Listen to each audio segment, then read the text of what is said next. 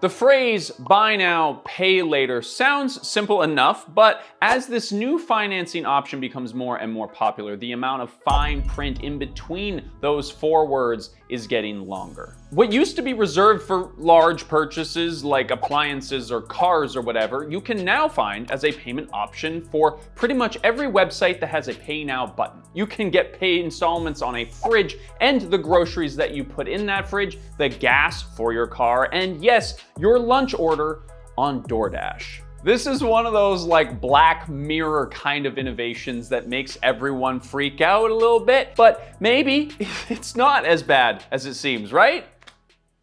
Maybe?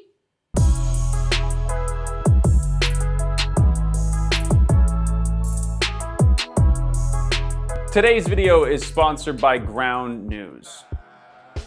So I posted a reel over on my Instagram when this first started because at the time, Klarna had announced their partnership with DoorDash in order to offer consumers the ability to finance their meals through the app, which, yes, is a little crazy. This made the rounds online because rightfully, people were a little concerned that we now have the ability to pay for a $20 burrito in installments, but probably more frighteningly, that people are using that service and people need that service. If you're using the Eat Now, Pay Later feature on DoorDash, Uber Eats, whatever it may be, you shouldn't be allowed to have children.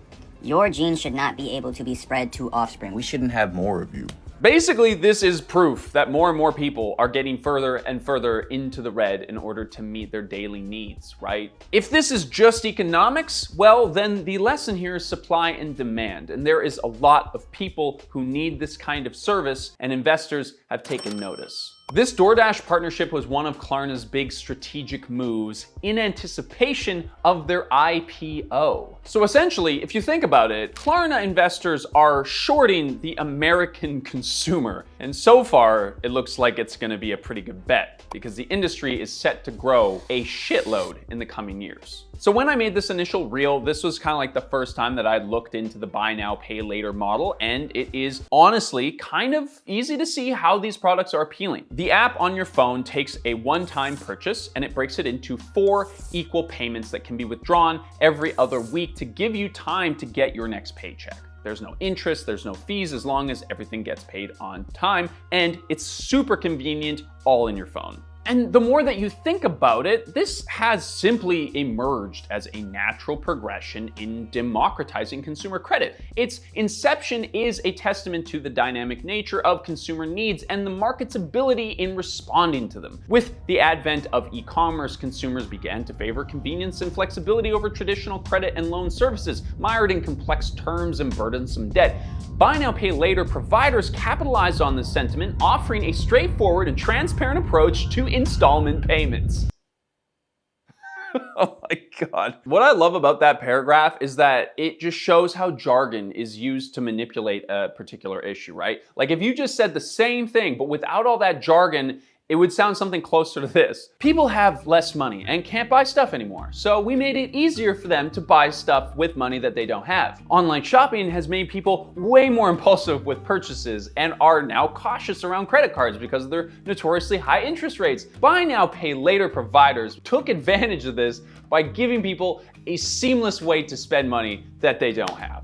So there are 4 big players in this game right now. We have Affirm, Afterpay, Klarna, and PayPal Credit, and they all operate in similar ways with that interest-free, fee-free, pay later promise. But all you really have to understand is that they are a middleman, like the most middle of middlemen ever.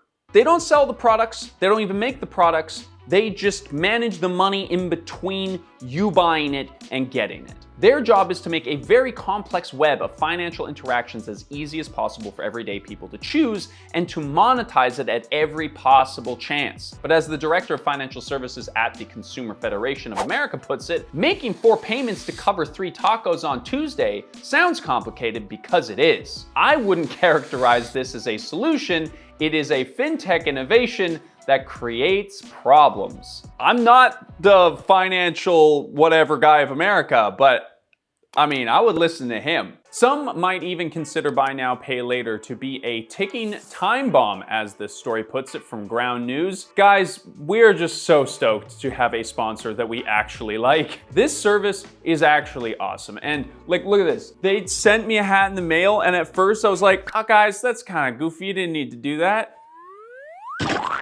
I wear it all the time. But it's not just about the free merch, because these guys are genuinely providing a service that we desperately need nowadays. Ground News is an app and a website that allows you to keep up with your favorite topics, but through diverse perspectives. We love their platform, and we genuinely think that you will too, so feel free to check them out at ground.news/LH.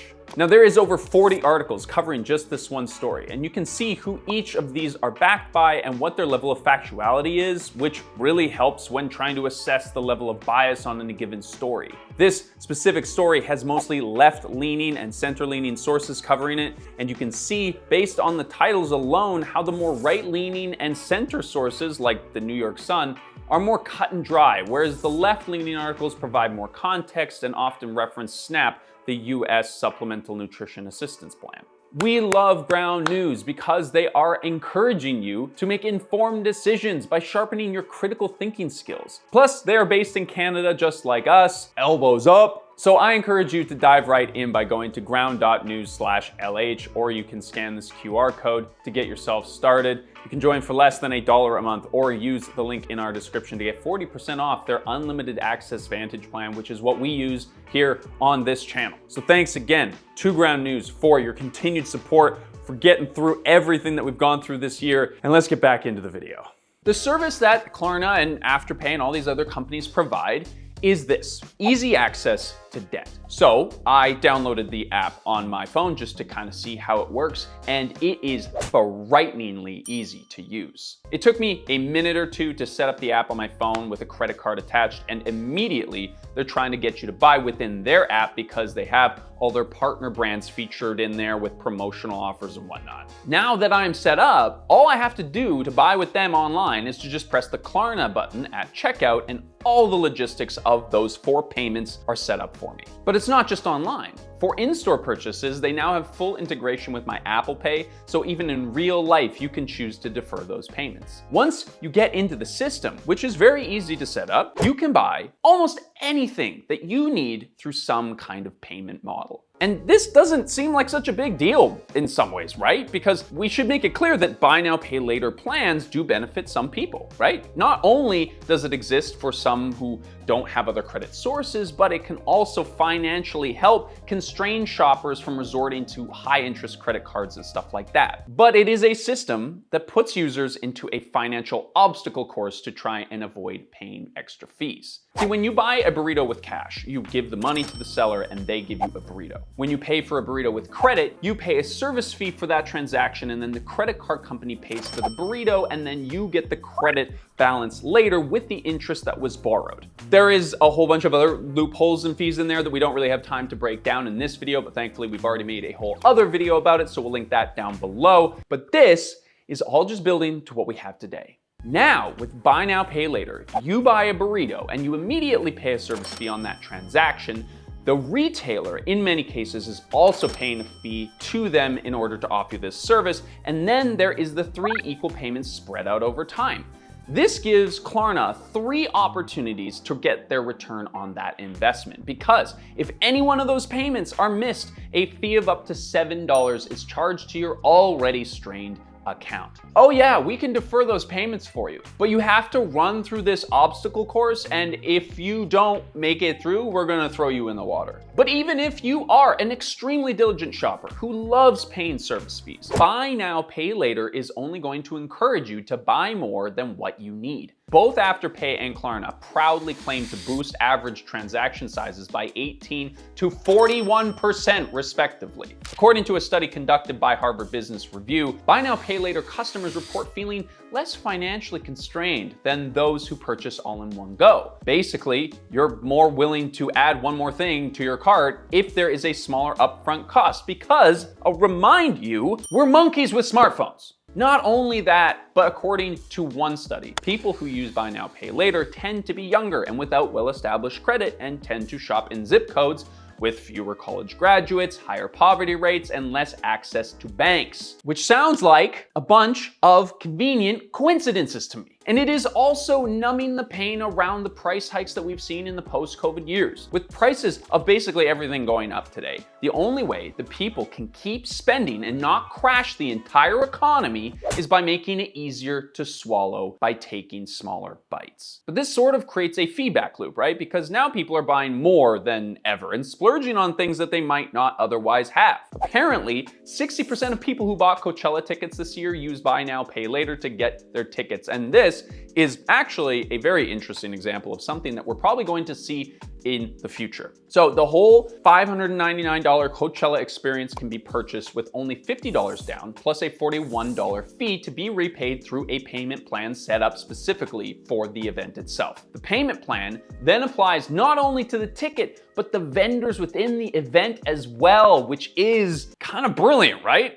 It's like you open up a bar tab, but for an entire weekend, and you're on drugs in the sun with a bunch of your friends. Some of the posts we saw from this year was like $100 bad looking taco meals that you're eating in the dirt, in the sun, getting sunburned. But you're gonna pay for it because you don't actually even have to pull out your card to pay for it. And there's something about this dislocation from the money that we're spending, right? Like there are studies or whatever that say, you know, people who have to pay with cash spend less because there's something about that removal of money to receive the good that really makes you think about what you're spending. And Klarna is just an extra layer of separation from the financial repercussions of our actions.